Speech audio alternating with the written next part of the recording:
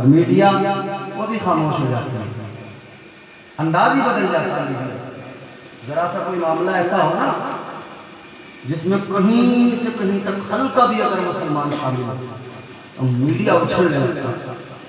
یہ دجالی میڈیا ہے، اچھلنے لگتا ہے، اچھل اچھل کے نیوز سناتے ہیں، ایسا ہو گیا ویسا ہو گیا۔ ایک لڑکی کو ایک پارسی نے مار دیا تھا، ایک لڑکی کو ایک پارسی نے مار دیا تھا، مسلمان نہیں تھا وہ، اس کا نام غالباً آفتاب تھا۔ تو نام مسلمان بھی رکھتے ہیں آفتاب، اور یہ لوگ بھی رکھتے پارسی۔ میڈیا ہمارا دجالی میڈیا اچھلنے لگا، وہ تو ہندو مسلم انہوں نے دکھا دیا کہ مسلمان نے مارا، بعد میں پتہ لگا کہ وہ مسلمان تھا ہی نہیں، پارسی تھا۔ اسلام کا نظریہ یہ ہے، اسلام کہتا ہے جرم کرنے والا کوئی بھی ہو، کسی بھی مذہب کا ہو، کسی بھی مسلک کا ہو، جرم کرنے والا مجرم ہوا کرتا ہے، اسے مجرم کی نظر سے دیکھا جائے گا، لیکن ایک مجرم پوری قوم کو مجرم نہیں بنا سکتا ہے، ایک مجرم کی وجہ سے پوری قوم کو مجرم نہیں کہا جا سکتا ہے۔ اے لوگوں مجھے بتاؤ، جب عراق کے اندر چھوٹے چھوٹے بچوں کا خون بہایا گیا تب کسی کو آتنکواد نظر نہیں آیا، جب فلسطین کے بچوں پر ظلم ڈھایا جاتا ہے تب دنیا کو آتنکواد نظر نہیں آتا، جب چائنا میں مسلمانوں کو مارا جاتا ہے تب کسی کو آتنکواد نظر نہیں آتا، جب شریعت پر آنا چاہتی ہے، شریعت پر سارے پھیریے ایک ساتھ حملہ آور ہونے لگتے ہیں تب کسی کو آتنکواد نظر نہیں آتا، اور جب مسلمان کہیں کوئی ایک آدمی جرم کرتا ہے تو یہ پوری قوم کو آتنکوادی بتانے لگتے ہیں، دجالی میڈیا اچھلنے لگتا ہے۔ ایک مجرم اگر کوئی ہے ہم کہتے ہیں اٹھا پکڑ سزا دے، اگر سزا کا مستحق ہے سزا دے، ہمیں کوئی پرواہ نہیں ہے۔ اسلام تو کہتا ہے اگر چور چوری کرتا ہے، کوئی چوری کرنے والا انسان ہے، کسی بھی مذہب سے ہو، کسی بھی مسلک سے ہو، اسلام نے سزا طے کی ہے، ہاتھ کاٹ دیے جائے۔ اگر اسلام سزا کا حامی نہ ہوتا، مجرموں کو اگر پناہ دیتا تو اسلام ہرگز نہ کہتا کہ زنا کرنے والے کو پتھر مارے جائیں، اسلام ہرگز نہ کہتا کہ چوری کرنے والے کے ہاتھ کاٹے جائیں۔ اسلام نے تو بتا دیا جرم کرنے والا کوئی بھی ہو، سزا اسلام نے مقرر کی ہے، چوری کرے گا ہاتھ کاٹے جائیں گے، اگر زنا کرے گا پتھر مارے جائیں گے، زنا کرے گا کوڑے برسائے جائیں گے، اگر کسی کا قتل کرے گا تو خون کے بدلے خون، قتل کے بدلے قتل۔ اسلام نے تو قانون دے دیا، اتنا سخت قانون دیا، ایک کے ساتھ اگر یہ معاملہ کر دیا جائے اس کی آگے کی 4 نسلیں 7 نسلیں آگے کی اس کی جرم نہیں کریں گی، اگر خون کے بدلے خون کا قصاص لیا جائے اس کی آگے کی نسلیں خون کرنا بند کر دیں گی، چوری کے عوض ہاتھ کاٹ دیے جائیں اس کی آگے کی 10 نسلوں کو 7 نسلوں کو سبق مل جائے گا، کوئی چور پیدا نہیں ہوگا۔ خدا کی قسم اسلام تو کہتا ہے جرم کا خاتمہ کرو، مجرم کو سزا دو، لیکن اسلام کبھی مظلوم کو سزا نہیں دیتا، اسلام کبھی مظلوموں کو ظلم نہیں کرنے دیتا۔ اسلام تو کہتا ہے اگر ایک بے گناہ کا قتل کر دیا تو گویا تم نے ساری انسانیت کا قتل کر دیا، اور اگر ایک کو بچا لیا تو تم نے ساری انسانیت کو بچا لیا۔ اب میں ان سے کہنا چاہتا ہوں جو انسانیت کی بات کرتے ہیں، ان سے کہنا چاہتا ہوں جو محبت و خلقت و مربت کی بات کرتے ہیں، اب میں ان کو کہنا چاہتا ہوں کہاں گئے نکل کے آؤ، کہاں گئے دنیا کو بتاؤ کہ یہ آتنکواد ہے، 3 لوگوں کو داڑیاں دیکھ کر گولی سے مار دینا یہ آتنکواد ہے، آج بولو ذرا نکل کے آؤ تاکہ ہمیں بھی پتہ لگے تم اصلی ہو یا تمہارے چہرے پہ نقاب لگا ہوا ہے۔ اگر ہمت ہے حوصلہ ہے تو نکل کے آؤ، اور میڈیا میں غیرت ہے تو میڈیا بھی آ کر کہے کہ یہ مظلوموں کو مارا گیا ہے، یہ مظلوموں پر ظلم کیا گیا ہے، میڈیا بھی کہے یہ آتنکواد ہے۔ مگر میرے عزیزو سنو، آج اسی لیے میں کہتا ہوں اور زیادہ ضرورت ہے حسین کو پڑھنے کی، اور زیادہ ضرورت ہے حسین کو سمجھنے کی، اور زیادہ ضرورت ہے حسین کو دیکھنے کی، اور زیادہ ضرورت ہے حسین کے مشن پہ عمل کرنے کی، اور زیادہ ضرورت ہے حسین کی زندگی کو دیکھنے کی۔ حسین نے جو قرینہ زندگی دیا، جو ضابطہ دیا، اس کو اپنانے کی ضرورت ہے تاکہ پتہ لگ جائے، فرق محسوس ہو جائے۔ یزید کسی بھی دور میں آئے، یزیدی کوئی بھی آ جائے حسین کے غلام اس یزید اور یزیدیت کا ڈٹ کے مقابلہ کرتے ہیں۔ قتل حسین اصل میں مرگ یزید ہے، اسلام زندہ ہوتا ہے ہر کربلا کے بعد۔ یاد رکھنا میرے عزیز، اللہ تبارک و تعالیٰ جب ذلیل کرنے پہ آتا ہے نا تو بڑے بڑے بادشاہوں کو اللہ نے ذلیل کر دیا۔ نمرود جیسا بادشاہ ذلت کی موت مر، قارون جیسا مالدار، آج لوگوں کے پاس ذرا سی دولت آ گئی نا انسان کو انسان نہیں سمجھتے۔ جانتے ہو قارون کے پاس کتنی دولت تھی؟ حضرت موسیٰ علیہ السلام نے قارون کو نسخہ کیمیا سکھا دیا، سونا بنانا سکھا دیا۔ اس نے سونا بنایا، بہت سارا مال کمایا، مالدار ہو گیا۔ کتنا مالدار؟ فرمایا گیا اس کے پاس اتنے خزانے کہ اس کے خزانے نہیں، خزانوں کی چابیاں سواریوں پر لاد کر لوگ لے جاتے تھے، اتنا خزانہ۔ لیکن حضرت موسیٰ نے کہا یہ جو مال تجھے اللہ نے دیا ہے اللہ کی راہ میں خرچ کیا کر، اس مال پر کبھی اترانا نہیں، اکڑنا نہیں، کبھی غرور نہیں کرنا۔ تو یہ کہنے لگا کیوں خرچ کروں اپنا مال، میں نے کمایا ہے۔ یہ کہنے لگا تم تو ہمارے مال پر نظر رکھتے ہو، ہمارا مال چھیننا چاہتے ہو۔ پھر اس نے کیا کیا؟ ایک عورت کو تھوڑے پیسے دیے، حضرت موسیٰ علیہ السلام پر الزام لگوا دیا۔ مالدار لوگ رشوت کے دم پہ ایسے کام کرتے نہ کرتے، غریبوں کو پھنسانا بڑا آسان ہو گیا۔ مقدمہ چل رہا ہو، داروغہ کو پیسے دیے، جس نے جرم ہی نہیں کیا اسے جیل میں پہنچا دیا۔ پولیس والوں کو پیسے دیے، رشوت دی، جیل میں پہنچا دیا۔ مجرم باہر ٹہل رہا ہے مجلس سے، درد دل کی دوا نہیں ملتی، مانگنے سے وفا نہیں ملتی، بے گناہ لوگ مارے جاتے ہیں، قاتلوں کو سزا نہیں ملتی۔ یہ حالات آپ لوگ بہت اچھا سن رہے ہیں، مگر یہ بات ذہن نشین کر لیجیے، جب اللہ ذلیل کرتا ہے نا تو کوئی نہیں بچا سکتا۔ نمرود کا دعویٰ یہ تھا پوری دنیا پہ حکومت کرتا تھا، ایک ملک پر نہیں، پوری کائنات، پوری روئے زمین پہ حکومت کی ہے نمرود نے۔ پوری کائنات پر حکومت کرنے والا، روئے زمین پر حکومت کرنے والا نمرود کہتا تھا اے ابراہیم میں تمہارے خدا سے جنگ کرنا چاہتا ہوں، تمہارے خدا سے مقابلہ کرنا چاہتا ہوں۔ حضرت ابراہیم علیہ السلام نے فرمایا تیری اوقات نہیں ہے تو میرے رب کا مقابلہ کر سکے۔ کس کی جرت ہے جو میرے خدا کا مقابلہ کر سکے؟ کس کی جرت ہے جو میرے پروردگار کا مقابلہ کر سکے؟ یہ کہنے لگا نہیں میں تیرے خدا سے مقابلہ کروں گا۔ یہ کہنے لگا پوری زمین پر میری حکومت ہے، آسمان پر بھی میں ہی حکومت کروں گا، اگر تیرا خدا آسمان میں ہے تو آسمان والے خدا کو قتل کر دوں گا معاذ اللہ۔ حضرت ابراہیم علیہ السلام نے فرمایا میرا خدا کسی ایک جگہ پر نہیں ہے، مکان اور مکانیات سے پاک ہے، اللہ تعالی ہر جگہ موجود ہے، وہ نور ہے، نور ہر جگہ موجود ہے اس کا۔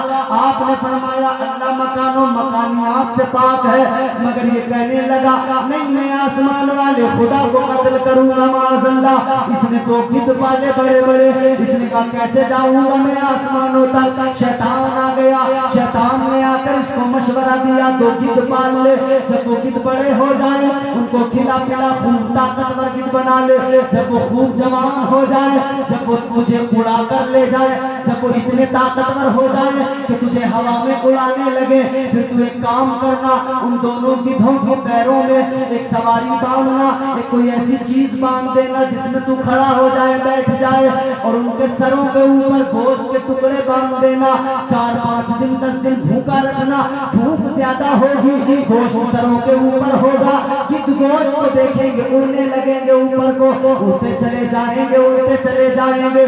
کہنے لگا تیری بات تو ٹھیک ہے، اس نے ایسا ہی کیا، گدھ پال لیے، خوب کھلایا پلایا، طاقتور بنا دیا، پھر اس نے ان گدھوں کے پیروں میں اپنی سواری باندھی جس پر بیٹھنا تھا، پھر ان کے سروں کے اوپر گوشت کے ٹکڑے باندھ دیے، 10-10 دن بھوکا رکھا تھا، کئی دن کے انہیں جو ہے فاقے کرائے تھے، اب انہیں بڑی تیز بھوک لگی تھی، سر کے اوپر گوشت کے ٹکڑے تھے، ان گدھوں نے گوشت کی خواہش میں اڑنا شروع کیا، زور لگانے لگے، اس گوشت کے ٹکڑوں کے لیے اوپر جانے لگے، یہ اڑتے چلے گئے، اڑتے چلے گئے، جب خوب بلندیوں پر پہنچ گیا، اس کے ساتھ میں اس کا خادم بھی تھا، اس نے تیر نکالا، کہنے لگا اب میں تیر چلاؤں گا، آسمان والے خدا کو قتل کر دوں گا۔ اس کے خادم نے کہا بادشاہ کیسی بے عقلی کی باتیں کر رہا ہے، تیرا دماغ خراب ہو گیا، بد عقلی کی باتیں کر رہا ہے، تو کیا اس خدا کو مار سکتا ہے جو خدا نظر ہی نہیں آتا ہے؟ اس کو غصہ آیا، اس نے اسی بلندی سے اس کو نیچے پھینک دیا، اب اس نے تیر نکالا، تیر کمان میں ڈالا، آسمان کی طرف اچھالا اور تیر کو چھوڑنے والا تھا، پروردگار عالم نے بلبل سدرا کو حکم دے دیا، اے جبرائیل جاؤ جنت سے ایک مچھلی لے کر آؤ، اگر یہ یہی خواہش رکھتا ہے تو اس کے دل کی تمنا اتنی بلندی پر آیا ہے تو ضرور اس کے دل کو ذرا سا سکون تو مل جائے، اسے یہ تو محسوس ہو کہ میں نے اپنا کام کر لیا۔ جبرائیل جاؤ جنت سے مچھلی لے کر آؤ، یہ تیر چلائے گا، تیر مچھلی کے جسم میں لگے گا، تیر واپس خون میں مچھلی کے سنا ہوا جائے گا واپس نیچے، یہ دیکھے گا خوش ہو جائے گا۔ اللہ اکبر، ایسا ہی ہوا، اس نے تیر چلایا، بلبل سدرا مچھلی لے کر آئے، مچھلی میں تیر لگا، خون میں سٹ کر آلودہ ہو کر تیر واپس آیا، جب اس نے تیر کو دیکھا خون لگا ہوا ہے، خوش ہو گیا، کہے لگانے لگا، کہنے لگا میں نے خدا کو قتل کر دیا معاذ اللہ، کہنے لگا اب آسمان پر بھی میری حکومت ہے، اب زمین پر بھی میری حکومت ہے، اب اس نے گوشت کے ٹکڑے جو گدھوں کے سروں کے اوپر تھے وہ کھول کر نیچے پیروں کی طرف باندھ دیے، اب جب نیچے گوشت آیا تو گدھوں نے نیچے کو دیکھ کر نیچے اترنا شروع کر دیا، نیچے اترتے گئے یہاں تک کہ وہ گدھ زمین پر آ گئے، جب یہ زمین پر آ گیا اس نے وہ تیر نکالا، سب کو دکھا کے کہنے لگا لو میں خدا کو قتل کر کے آ گیا، ابراہیم کے خدا کو میں نے قتل کر دیا۔ حضرت ابراہیم علیہ السلام نے فرمایا ارے او دیوانے، او پاگل، تو نہیں جانتا میرا خدا، میرے خدا کی شان یہ ہے وہ کسی سے پیدا نہیں ہوا، اسے موت نہیں آ سکتی ہے، وہ ہمیشہ سے ہے، ہمیشہ رہے گا، زندگی اور موت اس کے اختیار میں ہے۔ آپ نے فرمایا الذی خلق الموت والحیات لیبلوکم ایکم احسن عملا، آپ فرماتے تو نہیں جانتا زندگی اور موت تو میرے رب کے اختیار میں ہے۔ کہنے لگا ابراہیم اگر نہیں مانتے تو چلو اب تم اپنے خدا سے کہو تو کوئی لشکر بھیج دے، کوئی فوج بھیج دے، میری بھی فوج میں اکٹھا کر لیتا ہوں، میری فوج سے خدا کی فوج مقابلہ کر لے، میری فوج سے خدا کی فوج جنگ کر لے۔ اللہ اکبر، جب یہ حد سے آگے بڑھ گیا اس نے اپنی ساری فوجوں کو جمع کیا، آس پاس کی تمام جو علاقوں میں اس کی فوجیں پڑی تھی سب کو ایک جگہ جمع کر لیا، کہنے لگا ابراہیم اپنے خدا کو کہہ دے کہ وہ اپنی فوجیں بھیج دے ورنہ مان لے تیرا خدا مر گیا ہے۔ اتنا سنا اب توحید پر بات تھی، حضرت ابراہیم نے ہاتھوں کو اٹھا دیا، اللہ کی بارگاہ میں دعا کرنے لگے اے پروردگار تیری توحید پر آنچ آ رہی ہے، یا اللہ مسئلہ تیری توحید کا ہے، یا اللہ یہ دنیا کو کہتا ہے کہ یہ قتل کر چکا ہے خدا کو، یا اللہ اسے اپنی طاقت دکھا دے، اسے اپنی قدرت کا جلوہ دکھا دے۔ خدا کی قسم پیغمبر خدا نے دعا مانگی، اللہ نے دعا کو قبول کر لیا، فرشتوں کو حکم دے دیا کہ مچھروں کی فوج کو بھیج دو، اللہ نے مچھروں کی فوج کو بھیج دیا، فرمایا گیا وہ مچھر جیسے ہی آئے. اس کی قوم اس کی ساری فوج سوئی ہوئی تھی. رات کے وقت میں سارے مچھر نکل کے آئے اور مچھروں نے ان کو کاٹنا ڈسنا شروع کر دیا. فرمایا گیا وہ مچھر جہاں پر اپنا ڈنک مارتے تھے انسان کے جسم میں سوراخ ہو جاتا تھا, وہیں سے اس کا جسم گلنے لگتا تھا, سڑنے لگتا تھا. اللہ تعالیٰ نے کوئی بڑی فوج نہیں بھیجی, ایک چھوٹی سی مخلوق مچھر کو بھیج دیا. اس کی ساری فوج کو ایک رات کے اندر مچھروں نے تباہ و برباد کر دیا. ایک لنگڑا مچھر تھا, اس کی ناک کے ذریعے اس کے دماغ میں پہنچ گیا, اس کے دماغ کو کھانے لگا. یہ پریشان ہو گیا. اس نے بڑے بڑے حکیم بلائے, بڑے بڑے طبیب بلائے, کہنے لگا مجھے بچاؤ, مجھے مرنا نہیں ہے. حکیموں نے کہا کوئی دوائی نہیں تیری بیماری کی, کوئی علاج نہیں ہے تیرے مرض کا. ایک حکیم بہت بڑا آیا, اس نے کہا ایک علاج ہے مگر تو کرا نہیں سکتا. اس نے کہا کوئی بھی علاج ہو جلدی بتا دے, میری جان نکلی جا رہی ہے. حکیم نے کہا ایک علاج ہے, روزانہ سر پہ اپنے جوتیاں مارا کر, جوتیاں مروایا کر. اگر سر پہ جوتیاں مروائے گا ٹھیک رہے گا. اے لوگوں کو نمرود وقت اپنے آپ کو انا ربکم الاعلی کہنے والا, خدا سے جنگ کا مطالبہ کرنے والا اللہ تعالیٰ نے ایک لنگڑا مچھر بھیج دیا. اب اس کے نوکر ہی اس کے سر پر رات دن جوتیاں مارنے لگے.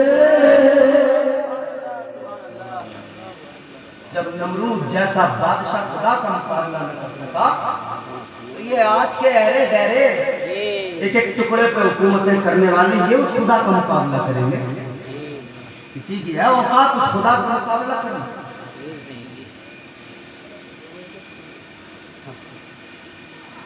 ہے کسی کی اوقات اس خدا کا مقابلہ کرنا؟